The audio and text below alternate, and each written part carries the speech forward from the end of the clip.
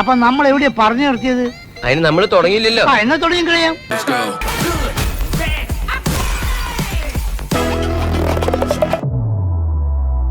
ഇന്ന് എൻ്റെ കൂടെ ഉള്ളത് എന്തിനും ഒരു ഉത്തരമായിട്ട് അല്ലെങ്കിൽ ഏതൊരു കാര്യത്തിനും മുഖത്തടിച്ച് കണക്ക് പറയുന്ന ഒരു വ്യക്തിയാണ്. ഞാനാണ് അയാൾ.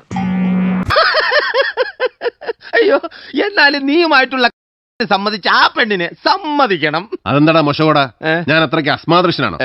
ആദ്യം തന്നെ പറഞ്ഞിരുന്നു എന്ത് കാര്യത്തിനും അതിനൊരു ഉത്തരം ഉണ്ടായിരിക്കും എപ്പോഴും സാറിന്റെ കയ്യിൽ. അധികം അങ്ങോട്ട് പൊന്തിക്കണ്ട. എന്താ പറഞ്ഞേ? നിങ്ങളോടല്ല, എവളോടാ? ആളെ വേണ്ടത്ര പരിചയമില്ലാന്ന് തോന്നുന്നു. ശരിക്കും അങ്ങനെ ഫ്രീഡം അനുഭവിച്ചിട്ടുണ്ടോ? നട്ടുച്ച വരെ കിടന്നുറങ്ങാനുള്ള സ്വാതന്ത്ര്യം എന്റെ മാതിരിയുള്ള ആൾക്കാർ കഷ്ടപ്പെട്ട് വാങ്ങിക്കൊടുത്തിട്ടുണ്ട് കേട്ടോ. ഫ്രീഡം അനുഭവിച്ചിട്ടുള്ളതെന്നുള്ളതല്ല, ഫ്രീഡത്തിലാണ് ഞാൻ ഇരിക്കുന്നത്. അതെങ്ങനെ പറയാൻ പറ്റും?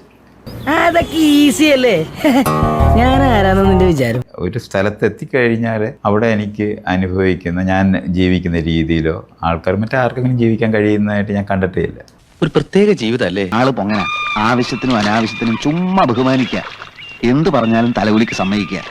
ഒരു 3 ദിവസം കൂടുമ്പോൾ പുതിയൊരു വീട്ടിലായിരിക്കും താമസിക്കുന്നത്.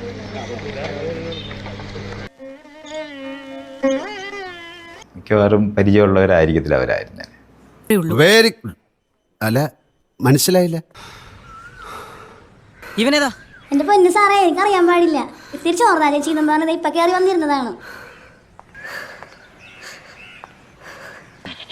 എല്ലാ വഴികളും അടഞ്ഞപ്പോ ഇവിടെ വന്ന് അഭയം തേടിയാലോ എന്ന് ആലോചിച്ചതാ. അതൊരു 5-10 മിനിറ്റ് നേരമാണ് അപരിചിതത്വമൊക്കെ ആൾക്കാർക്കുള്ളത്. മേലാ നിന്നെ പരിസരത്ത് കണ്ടുപോരുത്, കണ്ടതിന്റെ സ്വഭാവം. അത് കഴിഞ്ഞാൽ അവർക്ക് പരിചയമുള്ള ഒരാളോട് സംസാരിക്കുന്ന പോലെ ആയിരിക്കും അവർ എന്നോട് സംസാരിക്കുന്നത്. അങ്ങനെ സംഭവിക്കില്ല. അങ്ങനെയൊക്കെ വഴിയില്ലോ. ഞാൻ അവരെ എൻ്റെ സുഹൃത്തുക്കളായിട്ട് കാണുക ചെയ്യുന്നത്. അങ്ങനെയാണ് അനുഭവിക്കുന്നത്. അത്രേ ഉള്ളൂ. അത്ര മാത്രമേ ഉള്ളൂ. Okay cool down sir, cool down.